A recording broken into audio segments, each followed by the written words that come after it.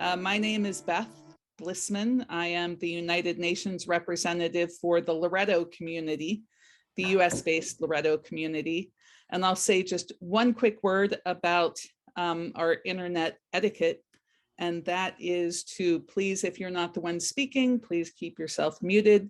And I would also like to note we are recording this for some of our colleagues who are unable to be here today. So please be aware of that. And also the Commission on the Status of Women of the United Nations. This event is occurring as part of the non-governmental forum of that commission meeting known as CSW 66. There is an internet safety guidelines and protocol document. I imagine it's pretty standard for many of you. I'm going to put it into the chat if you would like to see it, but I also deeply trust that we will treat each other with the utmost respect and kindness, because that's certainly been my experience of many of the folks on this call.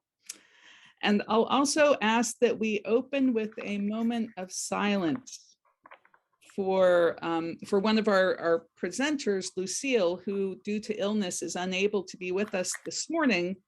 And then also for especially women and girls who are first and worst affected in times of violence and war and environmental catastrophe, remembering not only the women and girls in Ukraine, but also in Yemen, in Tigray, in Somalia, in South Sudan, in all of the areas around the world, and then people of all genders, because as we know, patriarchy affects everyone. And so we take a moment of silence for everyone experiencing violence and war right now, and take a moment to just connect with them in silence.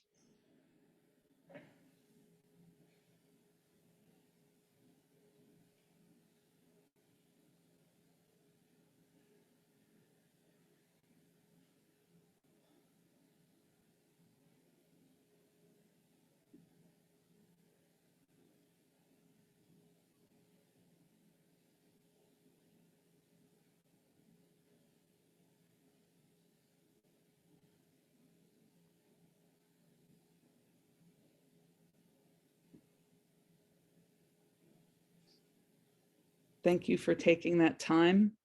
And as you know, this morning's time will be spent integrating spiritual wisdom with gender healing. So we have some wonderful conversation that will be happening this morning.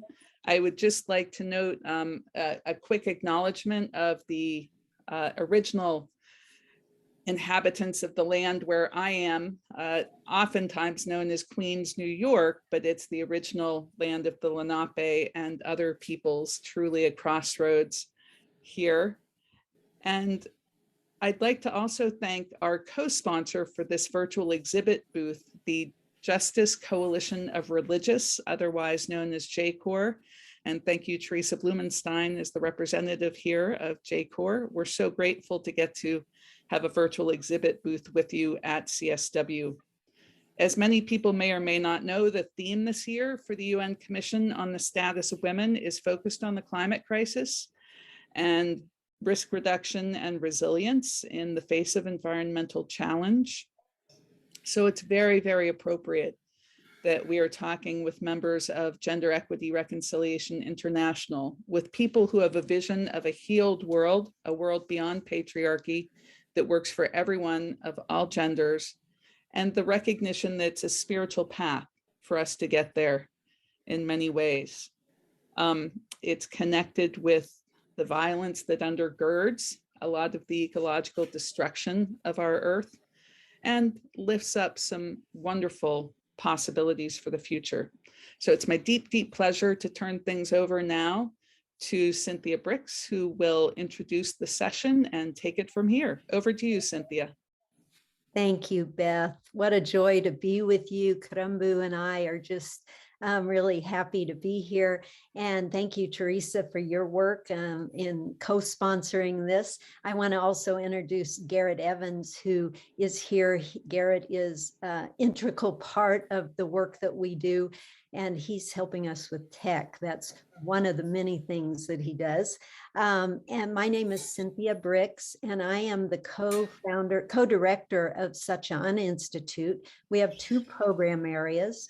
One is called Gender Equity and Reconciliation International, where we convene safe or safer spaces for people, women and men, and people of all gender identity to come together and speak truth about their experiences without shame or blame, and to come into a place of deeper healing, transformation, deeper respect, and higher reverence of one another. The other program area we have is called Dawn of Interspirituality. And that program is bringing people of different faith traditions together to bridge those differences, to deepen into our practices together, and to come into dialogue and deeper understanding. And so we warmly welcome you. Oh, one more thing I want to say, Beth, because of the focus on the environment, the gender work, which we lovingly call Jerry for Gender Equity and Reconciliation International, it came together 30 years ago. And the question was, are there parallels between the exploitation of the earth and the exploitation of the feminine? Of course, we know the answer to that. I think all of us do. And so what you're speaking to, what's happening at the UNCSW this 2 weeks, is right here in the heart of all of us. And I just welcome you all into this deeper conversation together. Over to you, Karambu. Thank you, Beth. Thank you, Cynthia, and welcome to everybody who is joining us this morning. It's evening where I am calling from in Kenya. And my name is Karambu Ringera, and I am the founder of Tiriji Foundation in Kenya. And I am also a senior trainer in the Gender Equity and Reconciliation International. Tiriji Foundation has a number of programs, international peace initiatives, the entity that does the peace work that we do all around the world, the Kidoka Amani Children's Home, a place where children who are vulnerable because of different situations in Kenya, they come and find love and support, and the 3G Eco Spiritual and Peace Center, which is the space that we've chosen to learn from nature to find who we are. So our work is about remembering who we are and reclaiming our voices and agency from systemic conditioning in order to excavate our true self, thus disrupting the systems hold on us and return home to who we are meant to be. Welcome. It's a pleasure to do this dance for the next almost 1 hour together with each one of you. Karibuni sana. Thank you, Karambu. And Karambu and I have known each other how many years now? Many. I mean, over 15, maybe close to 20. We met in a divinity school, and one of our professors and mentors, Dr. Vincent Harding, we were in a class around human transformation. And I remember coming to tears with some of the work we were doing there. And at the end of that course, Karambu and I met in the hallway, and we became close friends at that point. So it's always a joy to be with you, Karambu. And today in our time together, we are hoping to give you a glimpse into the healing work of our gender equity and reconciliation work that Karambu and Lucille, who's not with us, and Garrett, and so many more people are deeply engaged with. And we also want to share about a recent online conference we had that we convened earlier this month, titled Women's Spiritual Leadership for the 21st Century. Lucille and I co-moderated that, and Karambu was one of the presenters. For us, spiritual leadership is imperative toward achieving gender healing. And over the course of the 3 days during this women's conference, we heard from over 30 women spiritual teachers and speakers. All of these women are celebrated and emerging women spiritual leaders who have confronted and overcome formidable patriarchal barriers within their respected traditions. The purpose of the Women's Spiritual Leadership Conference was to strengthen the role of women in spiritual leadership and to build bridges of mutual support, collaboration, inspiration, mentoring among the women spiritual leaders and the seekers across the major religions, which so beautifully happened in our time together.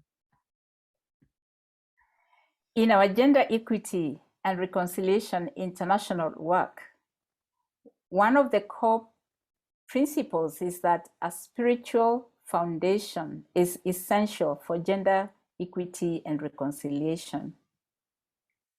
Gender imbalance is at the root of our collective spiritual crisis as humanity. Hence, spiritual principles and practices, universal and non-sectarian, are essential to transforming gender relations. So psychological, social, and political reform are not enough, important as they are. So sometimes something else is required that pertains to the spiritual heart of humanity. Regardless of how this is conceived, whether we call it universal love, higher consciousness, or God, the divine, Christ, Buddha nature, or simply the universe, gender equity and reconciliation requires that we align ourselves with this ineffable essence, which allows for what Martin Luther King Jr. calls the cure of grace. He says, if our pessimism about human nature is not balanced by an optimism about divine nature, we overlook the cure of grace. For our time together today with all of you, Karambu and I will be in conversation together, focused on a few of the specific questions that were raised in and responded to in the women's conference, the leadership conference a few weeks ago. And then we also want to have some community time. So we'd like to put you into some small groups for some community engagement with each other, just to hear what has been stirred in your own hearts from what we have shared. And then we also will be sharing some stories around the gender work, inspirational stories of transformation.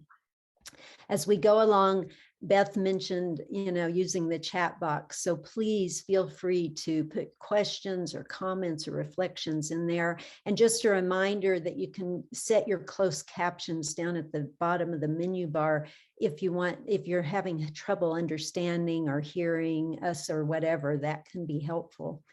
Right now, we'd like to show a video that from our conference, the women's conference, of the first day invocation, to just bring us into another level of prayerful presence and centering time. Beth started us off with the moment of silence, and we'd like to include the energy from the conference we had to bring that more fully into this. The video will start out with a young person from Kenya who's one of our facilitators of the Jerry work. She's reading a poem. Her name is Kainyu Nigeri. And then you'll hear some of the spiritual teachers invoking prayer and a presence. And then we'll end with some music from Vuyo Koyana. And so enjoy for a few minutes to just get the energy and spirit of what these women have brought together.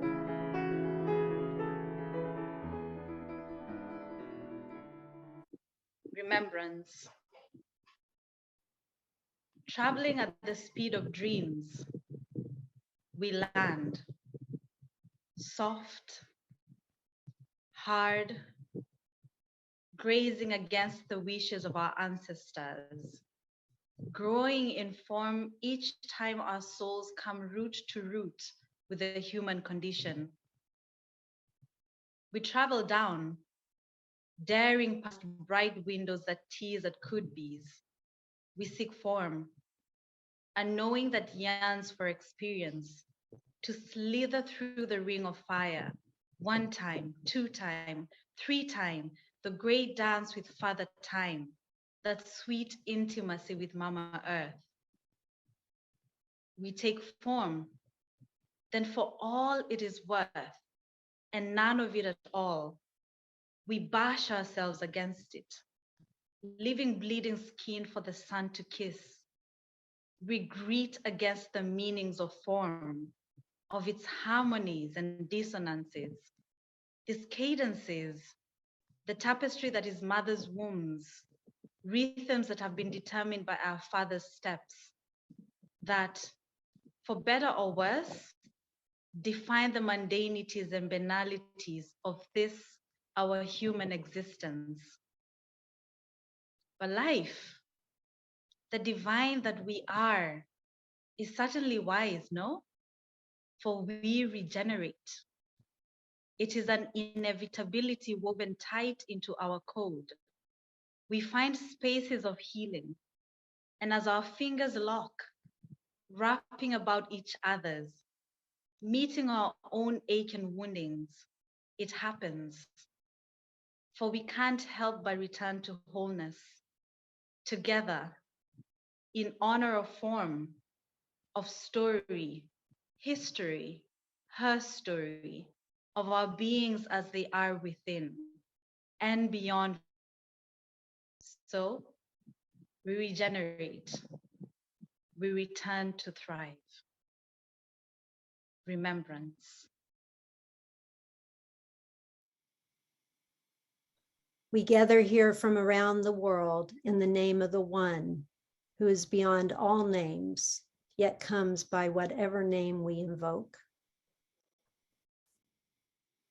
And as we gather here in this hour, we invite all our ancestors, teachers, and spiritual guides to be alongside us. Swami Ambikananda Saraswati.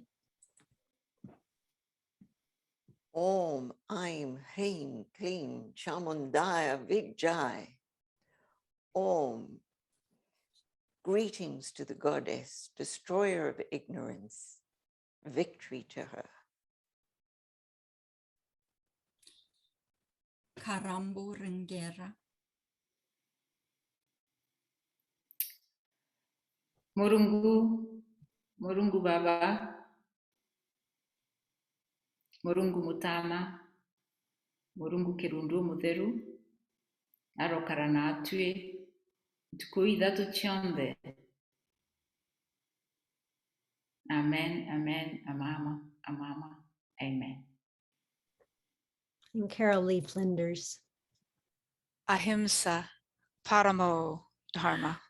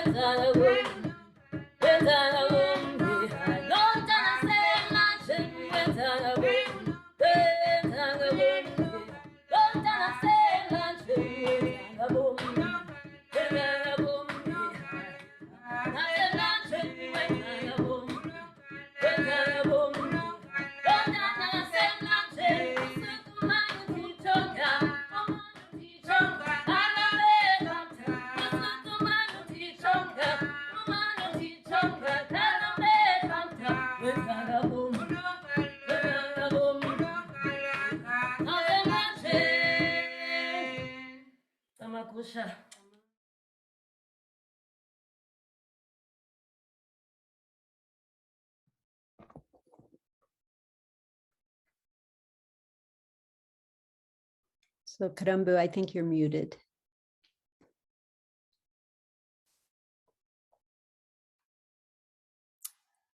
I light this candle in Africa. I light this candle in North America.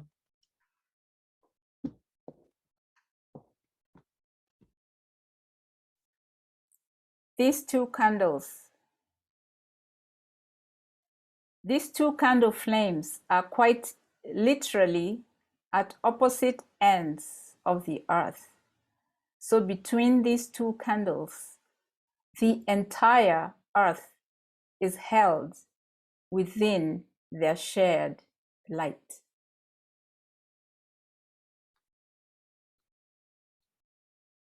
And so be it. Let And us so it remember is. that. And so it is indeed. Let us remember this as we move forward in our time together and as we are with people around the world in their suffering and their hopefulness. So at this point, we thought we would open just a short period for Karambu and myself to share a bit. Again, from some of the conference we had two weeks ago, this is one of the questions that was posed to our panelists.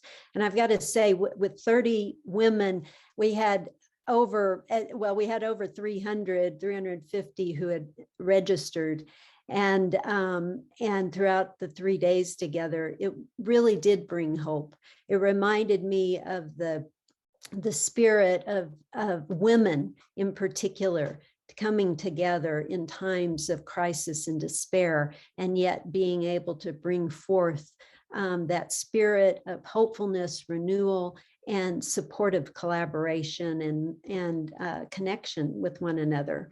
So the question that Karambu and I would like to just speak to and draw on is, what are the constraints, barriers, and obstacles that you have faced, Karambu, or I have faced? And this is something the audience here, all of us together can address. What are the constraints, barriers, and obstacles that you have faced as a woman? And how has your spiritual practice and or faith supported you? And so, Karambu, maybe if you're willing to dive in and bring in any personal stories, anything from To go first? that you would like to share Okay. as well. Please. Thank you, Cynthia. The constraints and barriers and obstacles that I have faced as a woman growing up in a very, very patriarchal society are very many. I can write a book, but because we don't have enough time for a book, I will share just a few. And one of the major ones for me is really finding no space to be myself as a woman in these systems. I remember at one time in my life, I was reading or looking for books to help me think like a man. Because men, it looked like everything was going right for men. Well, somewhere along the journey, I dropped that endeavor and started the journey of stepping into who I am as a woman. And within religion then, I was brought up Christian. So everything was about a male God. And the disciples of Jesus were male. Jesus, the Son, was male. So I really didn't find myself there. And it's within that teaching of probably I should be hidden, not heard, and aligned also by our culture. And so for me, finding grounding in something larger than myself started my spiritual journey. And even today, I don't easily say goddess. It's easier to say God, but I am learning. And so for me, what for example, in the conference I got was, wow, there are so many women who are on this path. And what I saw that was similar to what my spiritual journey has taught me is that my faith grounds my spiritual journey, and my spiritual journey grounds my faith in something bigger than myself. I don't care what it is called, but I know it's the same essence everywhere. And in that knowing, then I know I am known and I'm never alone. So I really never feel lonely or alone, because I know I am known by that entity that is bigger than myself. And then it erases the fear of the systems, patriarchy, and all these other systems that have said to me that I am lesser. And it anchors my love and light, that I know everybody else is love and light. And for me, I want to be love and light in all I think, say, do, and be.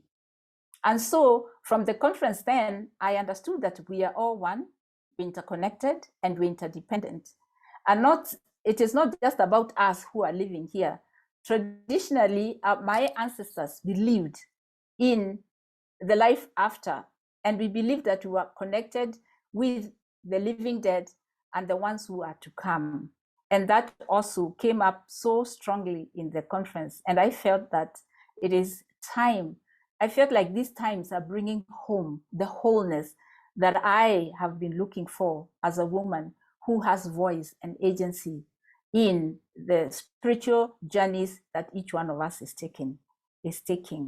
Thank you. Thank you, Karambu.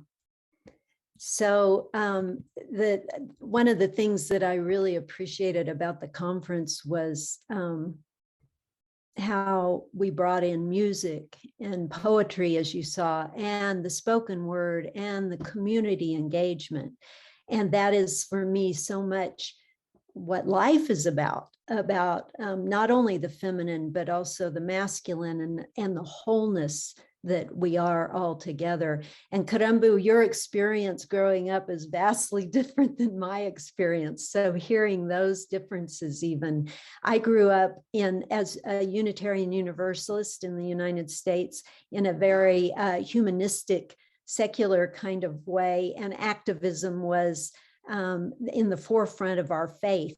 But to say the word God was just not allowed in my household. To say prayer was not allowed. And yet my grandmother and my family on my mother's side were Pentecostal. So there was a clash almost, or trying to integrate our love and our connection as family was difficult. So when I came into a spiritual practice that was interfaith, if you will, interspiritual, when I was in my 40s. It was the first time that I was kind of given permission to even consider the word God, or the idea of God or goddess, or spirit, or anything like that. And so that one of the teachers that is part of the tradition, the meditation tradition that I come from, was one of the speakers you just saw in that video, Carol Lee Flinders. And she has a book called At the Root of This Longing. And in that, she identifies 4 key points at which the paths of spirituality and feminism seem to collide. In just a short way of speaking to it, kind of the idea of meditation, or in faith, of having the vow of silence, and also with feminism, trying to find your voice. So that inner place of reflection and the outer place of activism, how do those come together? How do you integrate that? And that was a challenge for me and myself during that time of exploration as I came into my own faith. Today, one thing we did in the conference were we had panel discussions. The first day we had a panel of the divine feminine, and we had different speakers who focus their lives and their practice and their scholarship in those ways. The second day we had a panel of young adult women spiritual leaders, which was very rich, from young people as young as I think 20 up into about 35 that spoke. And then the third day, we had a panel on the gender equity and reconciliation work, as along with plenary speakers. In that panel on the young women spiritual leaders, it was so enriching. All of it was, but they really carried that spark of hope. And as I came into prayer this morning, into my meditation time, I always do the prayer of Saint Francis, and the line of where there are the lines of where there is doubt, faith, where there is despair, hope, where there is darkness, light, where there is sadness, joy, came close to my heart, thinking about this time. How do we find hope in the despair of all that's going on? And I'll just close by saying that years ago, we had another conference, another gathering, and there was an older woman there that had lost hope. And she said to the whole group, you know, there is no hope. We need to get real here. There is no hope left. And I remember one of the young women who was about 19 years old there, just shattered her to hear that, just shattered her. And she was in tears. And she said, how can I live my life without hope? I can't continue on if there's no hope.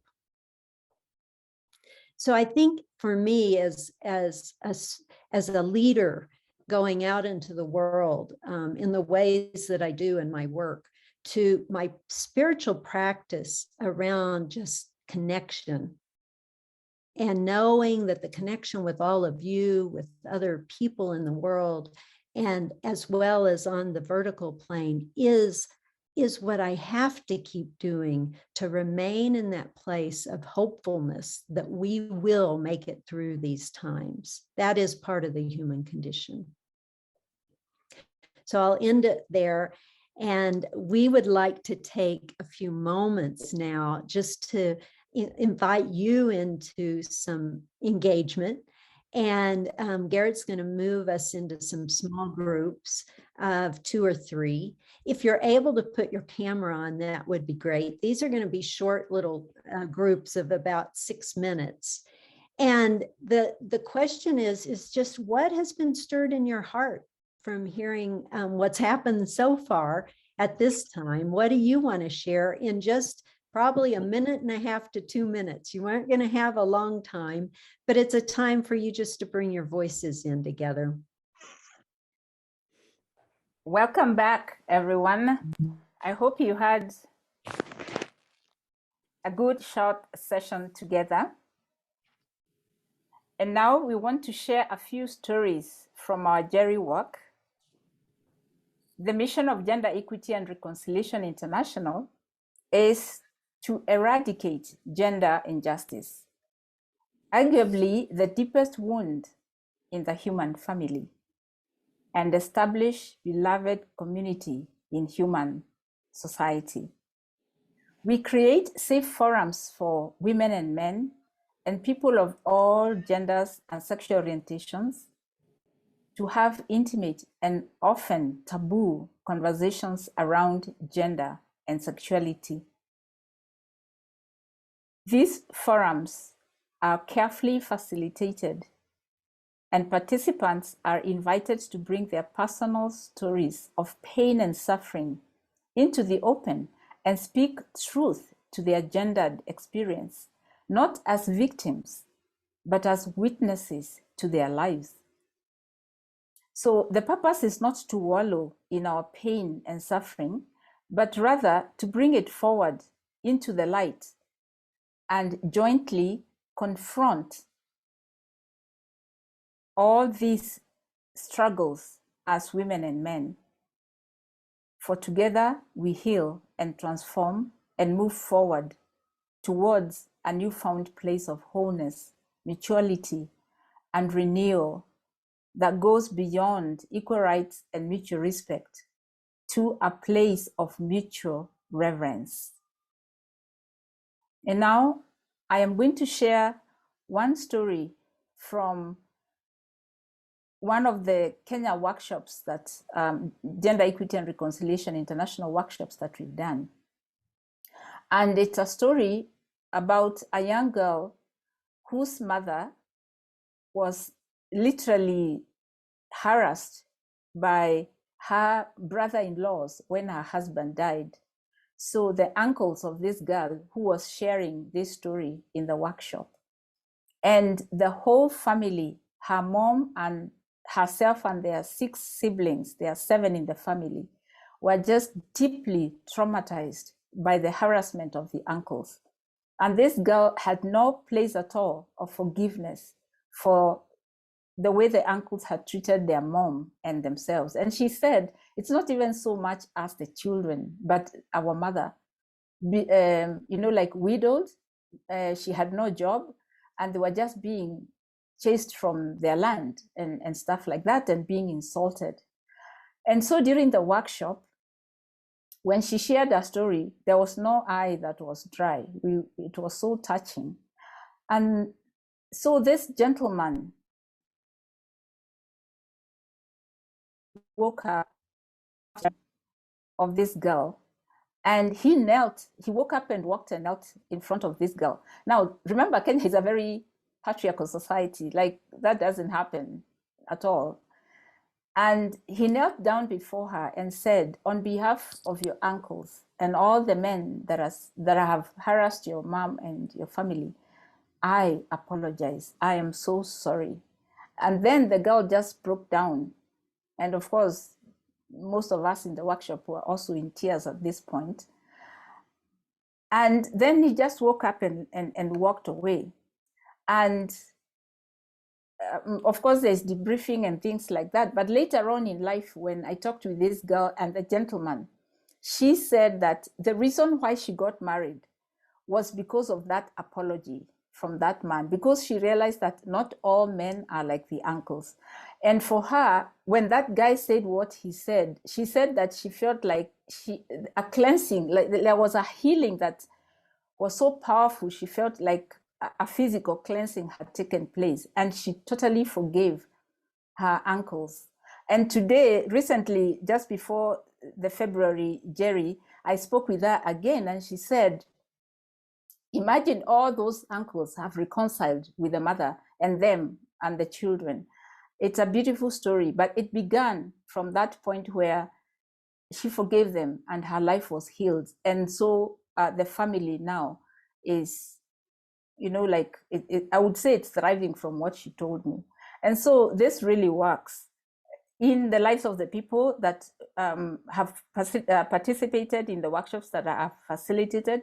But also I know it works because of the way it has impacted my life and the life of my children. Thank you. I'll leave it there, Cynthia. Thank you so much. And Garrett's going to put a couple links in the chat box. So if you're interested more in that particular work, you can look us up. We go where we're invited, and Karambu invited us many years ago to come to Kenya. We work in South Africa, in Australia, North America, Latin America, South Korea now, parts of Europe. So we're expanding broadly. And Beth has been involved in the work, and Ken Odell, who's here, I see, has been involved in the work. And so we are a growing beloved family, global family of beloved little crucibles that are practicing. We're practitioners of healing, I'd say, of learning to heal ourselves so that we can be better family. I was going to say better agents in the world, which is true, but really family members of beloved family on this earth. So Beth, over to you. Maybe we can open it up here a little bit. Yeah, sure, we do have a few minutes left for question and answer. If anyone has any quick questions for Cynthia or Karambu, so grateful that you were able to be with us today. Thank you again. We'll open it up. You can either raise your hand virtually or real time. Liz, over to you in Denver. Well, I just see this fitting so well. It has been mentioned with the environment. You know, we say Mother, Sister Earth in my tradition, and it's like a feminine a respect there is so important and so basic to the journey of bringing the earth back into balance. And so I just really thank you for inviting all the work that we do to be based in deep spirituality. And that spirituality to me has to be balanced in this femininity and respect across genders. Thank you. Gave me great hope and insight. Thank you, Liz. I want to just interject that in our facilitator training, it's a requirement, if you will, to have some kind of spiritual practice, contemplative practice. That's broadly stated. So it could be just time in nature every day, you know, that reflective time, or it could be a very traditional kind of prayer practice within, you know, a particular tradition.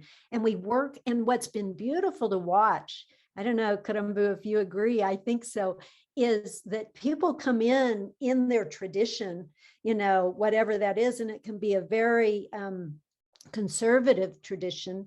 And as they get to know others, they learn about other traditions, they learn about other practices, and something that's very taboo to do maybe.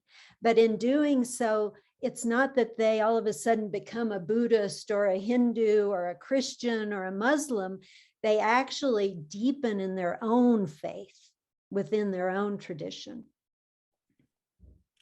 That's certainly been my experience, Cynthia, of interfaith work as someone who grew up in the tradition of Catholicism, but originally, to be honest, turned to the practice of yoga to get through the stress of writing a Ph.D. after being exposed to different types of Christianities in my graduate work, but that just helped open up a whole new world of understanding for me. And I really think I'd encourage people to check out the Dawn of interspirituality.org website that I put into the chat. There are some great resources there. And we have some great programming coming up too for the rest of the week as part of this United Nations Commission on the Status of Women. Actually, I'm going to ask Teresa if you might say a quick word about our co-sponsors, JCOR, and what our virtual exhibit booth is while I put some links in the chat. Can I hand it over to you? Sure, be happy to. And sorry for the repeat for those who are in my small group, but the group that I'm currently representing or working among is more appropriate, really, at the United Nations is called the Justice Coalition of Religious, which we call JCOR for short. And that is a formal coalition, a formal organizing entity for a group of 20 different NGOs who are representing Catholic sisters, brothers, and priests in the United Nations system. And some of them are coalitions in and of themselves. So collectively, that group represents almost 200 different congregations. And what we do as JCOR is to help facilitate their collaboration and better leveraging of the very significant overlap in their priorities, their concerns, their mission as people coming forth from Catholic social teaching and that perspective on human rights, environmental stewardship or environmental mutuality, sustainability, environmental justice, and to make the best possible use of the somewhat at times minimal space that's available to us as non-governmental entities in the UN system, and to bring forth the considerable wisdom that we can derive from very long histories working at the grassroots level among some of the most marginalized communities in the world, and bring those voices and those perspectives into the global conversation and global decision making. And so the Loretto community, of which Beth is a part, is one of the members of this coalition JCOR. And so together we have been collaborating this year on a virtual exhibit booth as part of the Commission on the Status of Women. And essentially it's kind of like a landing page, all said and done, that's kind of a meeting place for the highlighting of various programs and gatherings like this one that are being offered by the Loretto community and by the JCOR coalition as a whole during this 2-week UN conference on gender equity, which in this special particular year is also focused on environmental justice.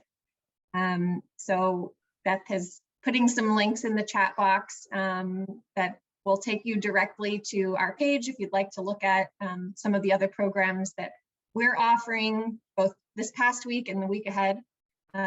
We have a calendar of offerings, and as a spiritually rooted group ourselves interested in gender equity, we humbly invite all of you. If you see anything there that is of interest, we hope you'll join us. Everything is very open to anyone here.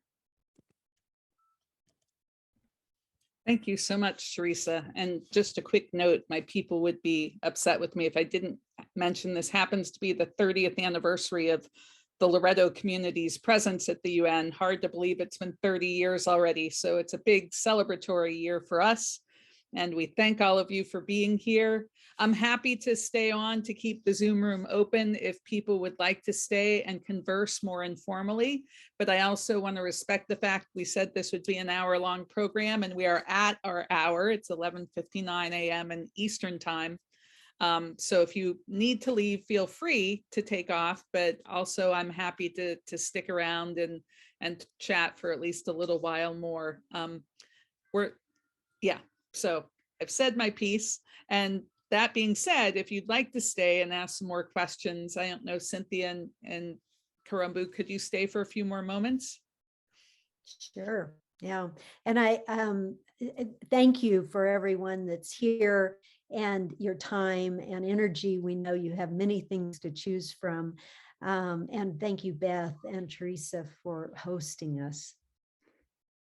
Thank you. I also want to just, there may be some more reflections or comments or questions, so we'll hang out here. I want to say Sylvia Araya, I always get your name wrong, Sylvia, I apologize. Sylvia Araya is here with us. She leads our Latin America division of Jerry. So not division, it's actually a union.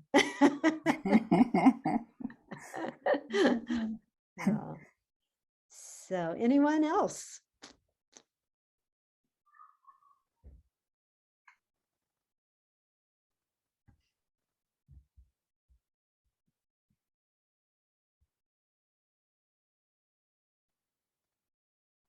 Let there be silence. I'll say Karambu's story, the story you shared reminded me of a story in Canada that happened years ago. And it is our 30th year anniversary for our Jerry work. So it's a celebratory year for us too. And we're going to have a summit in October. And so please stay tuned for that, bringing to celebrating our 30th year, but also bringing partnerships together, because we know that we can heal and transform this within the next 30 years in one generation. By 2050, if we come together, we can do it. And that's the premise of our summit. So I just wanted to say, though, there was this young woman that showed up, enrolled in one of our courses in Canada. And this has been several years ago. And this happens where people come and there's a real dislike or hatred for the other gender or the other genders, depending. And that's voiced. And she came and she just was so wounded. And I remember we have a process called a truth form, and she was standing there and she was just speaking of her pain, but also that she just couldn't go on. She couldn't relate to men. She didn't like men.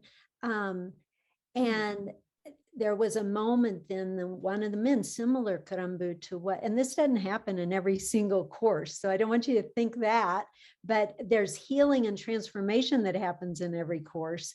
But a man came and he knelt before her. So here's this is from Africa to North America right there, the candle.